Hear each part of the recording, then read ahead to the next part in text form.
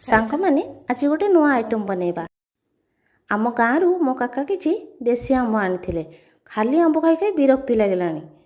ସେଥିପାଇଁ ଭାବିଲି ଆମ୍ବର ଏମିତି କିଛି ଗୋଟେ ଆଇଟମ୍ ବନେଇବି ଯେଉଁଟାକି ରଖି ରଖି କିଛି ଦିନ ଖାଇ ହେବ। ଯେହେତୁ ପାଚିଲା ଆମ୍ବ ଥିଲା ତାକୁ ଗ୍ରାଇଣ୍ଡିଙ୍ଗ କରିବାକୁ ପଡ଼ିଲାନି, ସିଧା ଆସି କରେଇରେ ବସେଇଦେଲି। ଦେଶୀ ଆମ୍ବ ମାନେ ତ ଖଟା ମିଠା ଥିବ, ସେଇଥିପାଇଁ ଚିନି ଟିକେ, ଗୁଡ଼ ଟିକେ, ଲୁଣ ଟିକେ ଦେଇକି ଆଉ କଲର୍ ପାଣି, ହଳଦୀ ଆଉ ଲଙ୍କା ଟିକେ ପକେଇକି ଘାଣ୍ଟି ଦେଲି। ତାପରେ କିଛି କାଜୁ, ଏଇଟା ଅପସନାଲ୍, ଆପଣ ଚାହିଁଲେ କାଜୁ ପକେଇବେ ନହେଲେ ନାହିଁ। କିଛି ମସଲା ଗୁଣ୍ଡ ଗ୍ରାଇଣ୍ଡିଙ୍ଗ କରିଥିଲି ସେଇଠି ପକେଇଦେଲି। କ'ଣ ଗ୍ରାଇଣ୍ଡିଙ୍ଗ କରିଥିଲି ମୁଁ ମେନସନ୍ କରିଦେବି ସ୍କ୍ରିନ୍ ଉପରେ। ପାଣିଟା ମରିଗଲା ପରେ ତାକୁ ଗୋଟେ ଅଲଗା ଜାଗାକୁ ନେଇ ଆସିବା। ତାପରେ ଗୋଟେ କରେଇରେ କିଛି ତେଲ, ଶୁଖିଲା ଲଙ୍କା, ଫୁଟଣ ଆଉ ଭୃସଙ୍ଗା ପତ୍ର ଦେଇକି ଛୁଙ୍କ ମାରିଦେବା। ପୁରା ଶୁଖିକି ଅଠାଳିଆ ହେବା ପର୍ଯ୍ୟନ୍ତ ତାକୁ ଚଲାଉଥିବା। ପ୍ରସ୍ତୁତ ହେଇଗଲା ଆମର ପାଚିଲା ଆମ୍ବର ଜେଲି।